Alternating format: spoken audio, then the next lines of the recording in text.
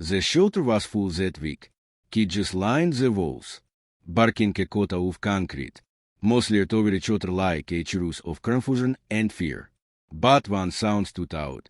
A small, shrill, relentless ROI. The kind that targeted the hearts of volunteers and made visitors uinsi visemperte. IT came from the back corner cage number 19 where a tiny grey kitten sat pressed against the bars, which says white with terror. He had been crying non-stop for 3 days. Nothing worked. Not toys. Not treats. Not soft vices. He didn't want food. He didn't want play. He wanted someone. The staff had named him because that's what it felt like just a was bouncing endlessly through the building, a haunting little sound that made you feel like something was missing. No one knew each story. He had been found alone in an alley behind a grocery store, sucked from the rain, shaking so hard he'd soul instant. The woman who found him said he had been crying even 10, which was already hours from hours of calling out.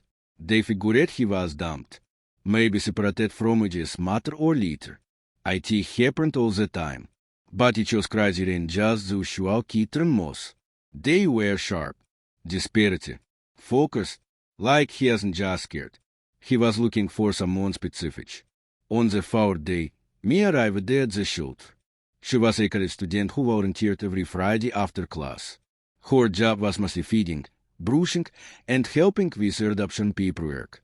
She loved the animals, but she had learned early on not to get too attached. The shelter was full of heartbreak, and you had to protect yourself. But that Friday, the moment she walked in the door, she froze. The crying was loud. Louder than usual. Who is that? She asked as she walked past the desk. Tchatseka, said Janice, the shelter manager. Been howling like that since he got here. On teeth, on sleep. You're all going a little not distant. Mia followed the sound toward the back. As soon as she reached cage 19, she gasped. The kitten stopped crying for 1 second. Just one, which is locked with hairs. And in that instant, something clicked. Mila, she whispered. The kitten's tail tomped. And then he let out the Lord of Sierra at once the cricket he fought from how hard he was pushing Katie out. Mia dropped to her knees. It shouldn't be. 2 months ago, her apartment had been broken into. In the chaos of smashed windows and efforts to open the door, horsey heckled kitten, Mila, had bolted. She had searched for days. Put up posters. Called every shelter. Cried herself to sleep more times than she could go on. Eventually, people told her to let go. Cats that small didn't survive long on the streets. But she hadn't stopped hoping. Not fully. And now here he was. Slightly thinner, a little dirty, but undeniably him. That same grey coat. That same tiny white stripe on which his chest. And those same wide, desperate eyes. Mia reached through the bars. It's me, baby. I'm here? Milan's. Eka pressed each tiny vase into her hand, still crying, but the sound had changed there. So after, relieve me hit with resignation. Janice walked over and froze. Mia, I know him, she whispered. This is a Moai kitten, which is name is Mila. He went missing 8 weeks ago. Janice blinked, stunned. You're sure? It's taken my life on it. She pulled out her phone. Scrolling through dozens of photos, Mila curled in a blanket, Mila chewing a pencil, Mila air asleep on her chest. Same white stripe, same nose, same ears. Even the Vietnam bearer on the old adoption receipt matched the one Janice hit on for he chose my crush which, oddly, he'd been unreadable when he came in. They rescanned IT. This time, IT worked. Mila, the reunion was instant.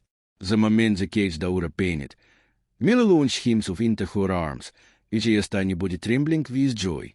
He buried Ichi's face into her hoodie and purred like an engine. For the first time in days, he stopped crying. Everyone in the shelter paused to watch. And Minnie cried too. Back at her apartment, Mia set up Ichi's old bed, fresh food, and the same little toy Maur settled over there. Mila sniffed everything, let out one vinyl satisfied mirror, and caroled into her lap like it never been gone. That night, he slept beside her tucked under her chin, just purring steady. In the days that followed, the story spread. Crying shortkitten reunited with on after being lost for weeks. Cat recognizes a nurse's voice, stops crying after days alone. Mila became a bit of a local celebrity. But Mia didn't care about that. She was just happy her best friend was home. Sometimes, she would still hear him mirror loudly for no reason, like he was checking to make sure she was still nearby. And each time, she would call out, "I'm here, Mila too," and he would go quiet. Because now, finally, he isn't alone anymore.